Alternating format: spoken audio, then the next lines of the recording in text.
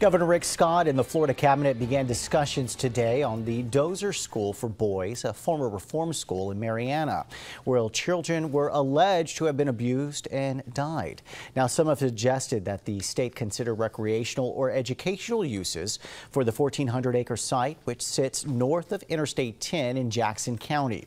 No decisions were made today, as a final report is expected in January from University of South Florida researchers who have found more than 50 bodies on the property. Valdosta Middle School students are getting the opportunity to play a role in city government through a new youth council, which was approved last week by Valdosta leaders. The city says the youth-run council will give students in 7th and 8th grade a chance to work in a similar setting to city leaders. Mayor John Gale, who has been the force behind the program, says the council will give students an opportunity to have their voices heard and to play a larger role in their community. We realize that we have got to keep our kids on the right track to develop leaders for the future, and that's what we're trying to do here. The deadline to apply to the Youth Council is this Friday, October 2nd. In order to participate, students must be enrolled in a private or public middle school within city limits and have a 2.5 GPA. The chosen members of the council will be sworn in on October 22nd. Well, coming up tomorrow night, it's your chance to win $300 million. Sounds nice, right?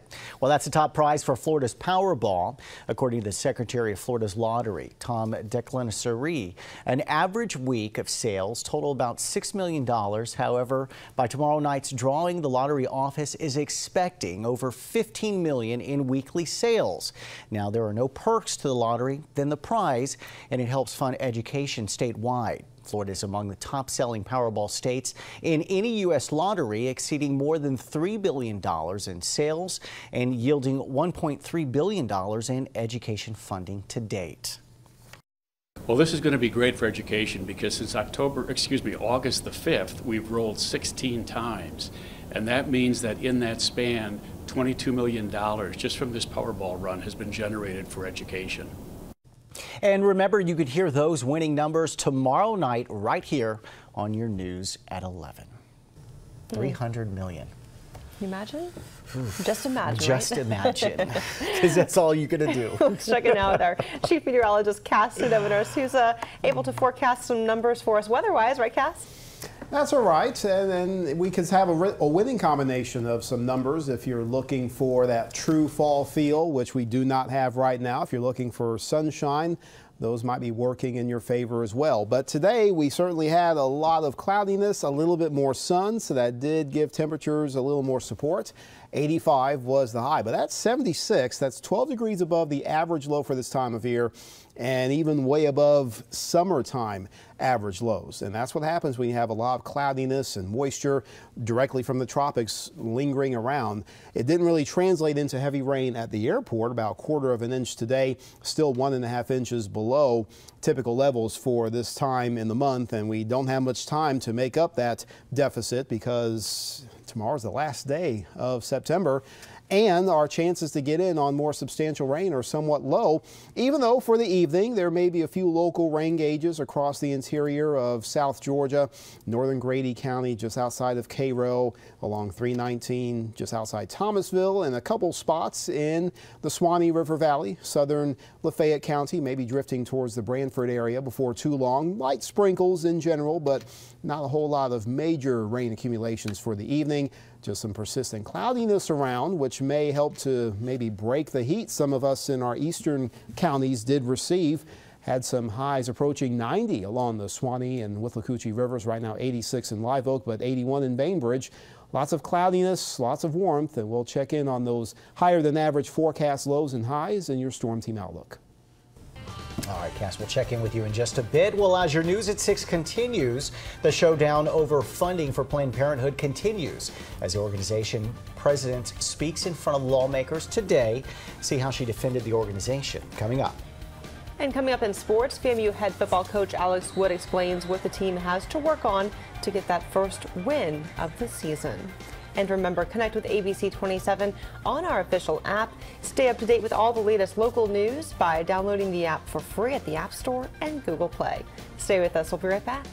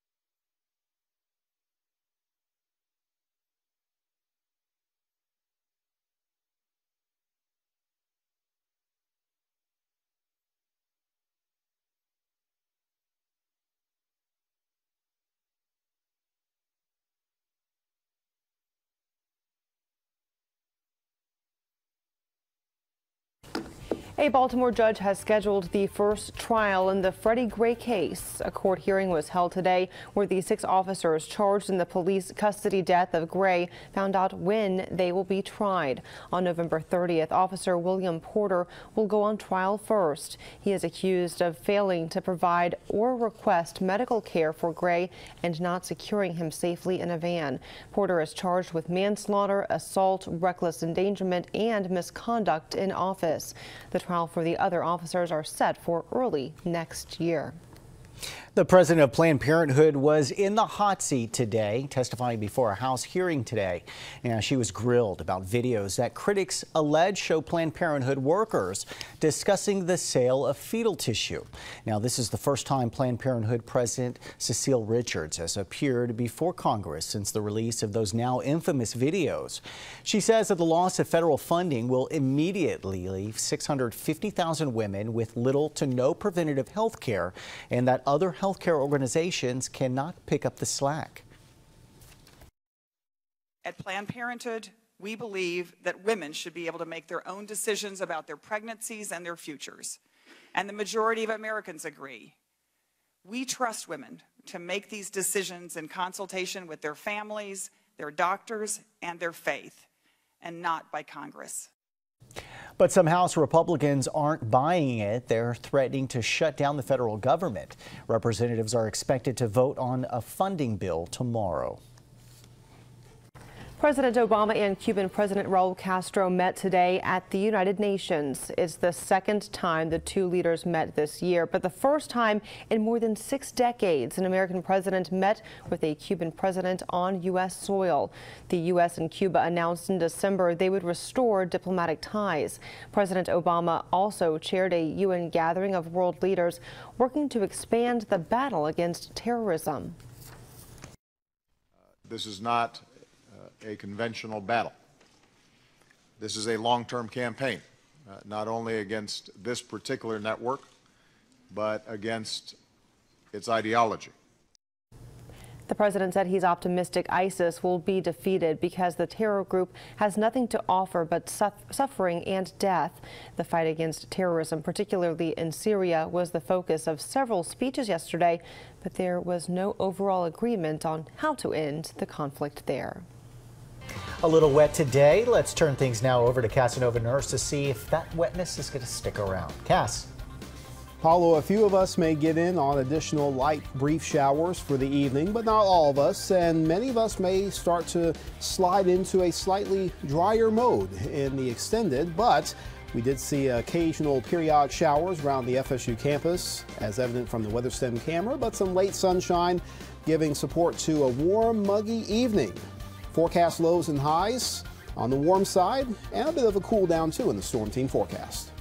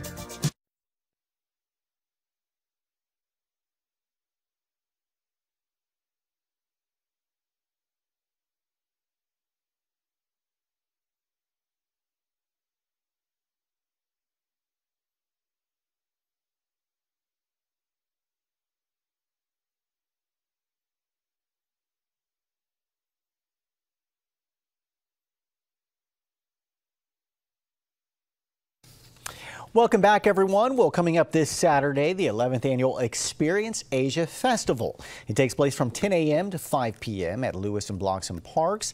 It'll showcase Asian heritage through music, dancing, and martial arts, as well as over 60 vendors. That's a ton of them. And of course, WTXL will be out there taking part in the event all day long. Be sure to stop by. Myself, Kelly Bartoli, Maxa Paris, and Stephen Gewinmal will be there. So come by, say hi.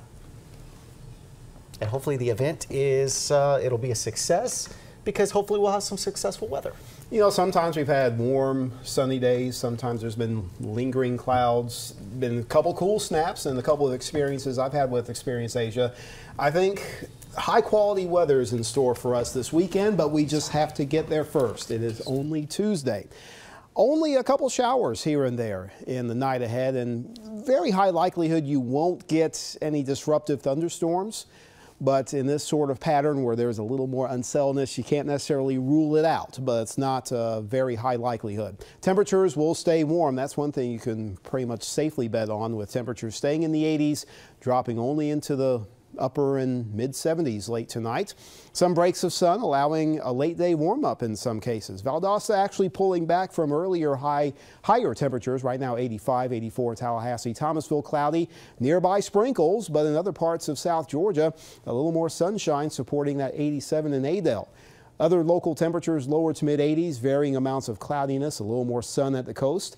And that's where we've had some of the higher rain accumulations during the morning, half an inch to about quarter of an inch, and even still a chance for a couple sprinkles along the Forgotten Coast. But elsewhere, not a whole lot of extra rain coverage. A few spots in southern Lafayette County moving its way towards the east. We could see a few showers near Branford and near High Springs as well. Also in South Georgia, a few sprinkles in between Cairo and Thomasville on 84, some in the interior and southern sections of Worth County. But again, not a whole lot of force to allow more showers and storms to develop. Maybe a little more concentration for some evening or late night rain along the coast, some of which may impact some of our eastern Big Bend counties. We're not looking at anything as far as major storminess or developing unsettledness for our local region this evening, but a decent scattering across much of the southeast, because we still have a broad low pressure disturbance in the upper levels of the atmosphere digging into the southeast, and yet another one is going to swing in by later this week. So the combination of those, plus in some part the circulation around what could be Hurricane Joaquin by later this week, could help to maybe accelerate the arrival of some drier air by Friday and especially into Saturday. And that's why there's a little more confidence in more sunshine and seasonable temperatures, or maybe even cooler than seasonable levels. But until then, until that front arrives by later this week, we're stuck in that moisture influence from the tropics and the Gulf. Not a whole lot of concentrated disturbances to trigger widespread rain, but with a little bit of warming sun tomorrow, there is a chance for at least a couple scattered areas of showers or an isolated thunderstorm. So overall coverage about 30 to 40% of the area. And as a result of a little more sun, I do expect temperatures to be a bit warmer. The morning will still be very sultry, lower and mid 70s for lows, highs tomorrow between 85 and perhaps even near 90 in a few spots, but cloudiness will linger. A few more breaks of sun could allow for a couple of those thunderstorms to sprout up as we head into the afternoon time frame tomorrow. But again, nothing too numerous or significant when it comes to the strength of storms. Breaks of sun offshore, west winds 6 to 12, seas 1 to 3 feet, a light chop on bay and inland waters, low to moderate rip current risk. But we still have the scattering of showers and storms, and then that frontal boundary arrives as we head into Friday, and that's the transition into a cooler trend. Some interior lows could dip into the 50s as we enter early next week, and perhaps still some patchy cloudiness moving through. I don't think it'll be entirely sunny, because some aspects of that broader disturbance may lurk around the region, and that could be a source for some extra cloudiness, but rain chances really dwindle quite a bit. Giving our ACs a break? I think it's very possible. Open the windows to our temperatures. Okay, thanks, Cass. Okay. Stay with us. Sports is next.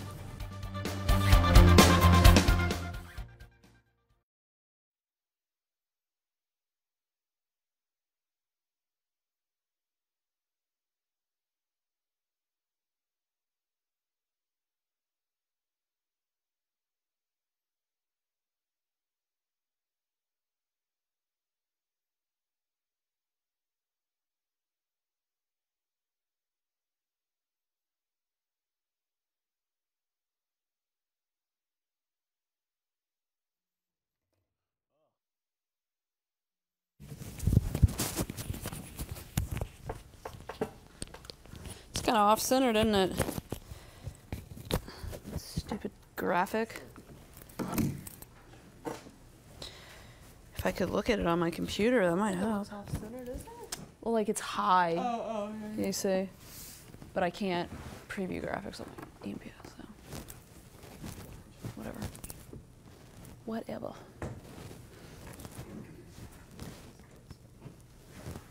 Ah, I like it. Thanks, Tom. You're a hero. And tell everybody else. I'll spread the word. Boo.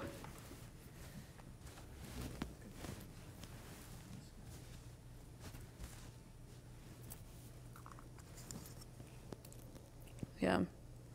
It was fun. Charleston is a beautiful city. Oh, yeah, it's gorgeous. South Carolina. No, you built it. Yeah, it was a lot of fun.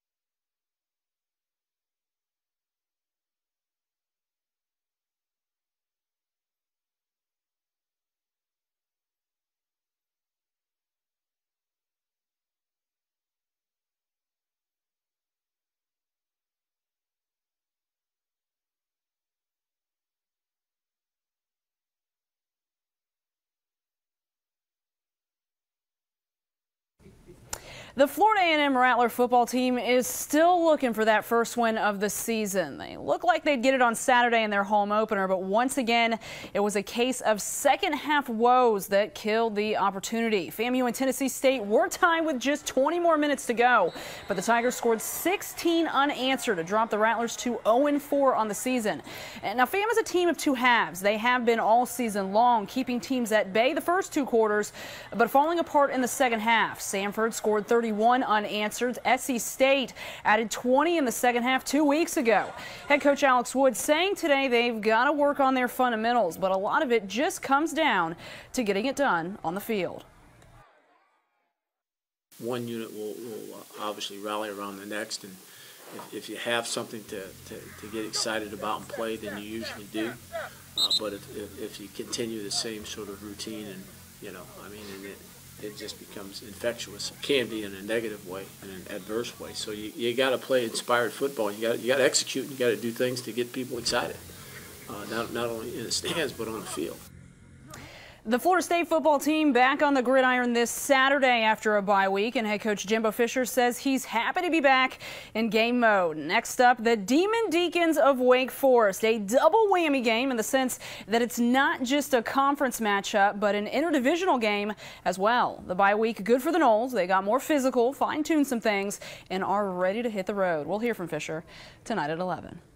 The Florida State men's basketball team gearing up for the 2015 season, and it's a season that's built on a lot of hype. All 5 starters are returning, and they're the only team in the ACC that can claim that. Not too bad. Now, what's a season without picture day, and what is picture day without some selfies? That was on Sunday. Now it's time to turn that camera forward and focus on the upcoming season. Their schedule will make this incoming class grow up quick. They play 7 ACC games against teams that suited up for March Madness last season, as well as 3 NIT squads. But forget the hype, forget that schedule. Head coach Leonard Hamilton says they just got to play hoops.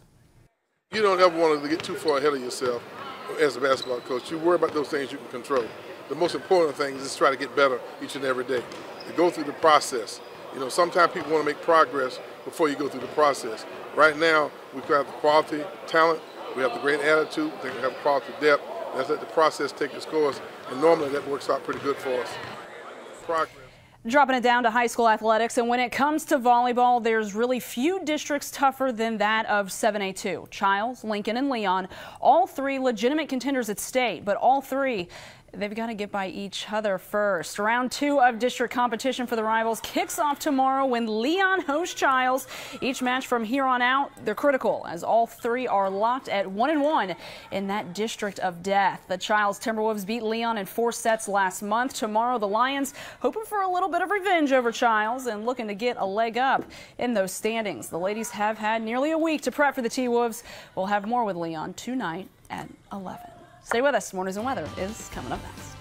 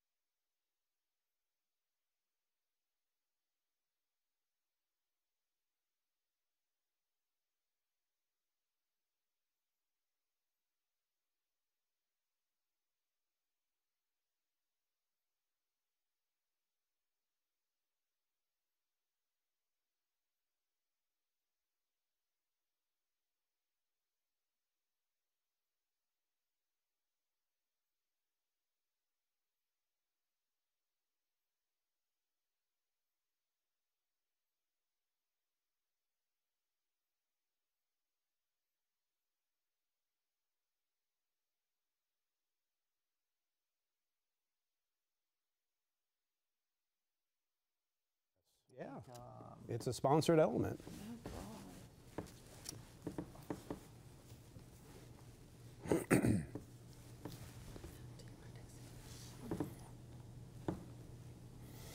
The night ahead will feature some lingering clouds, a couple breaks of clearer sky, but not entirely clear, and it's going to feel like perhaps the end of July and not the end of September because temperatures will struggle to drop into the 70s, and there's enough moisture plus light winds overnight, so you may encounter some fog if you're out early enough in the morning.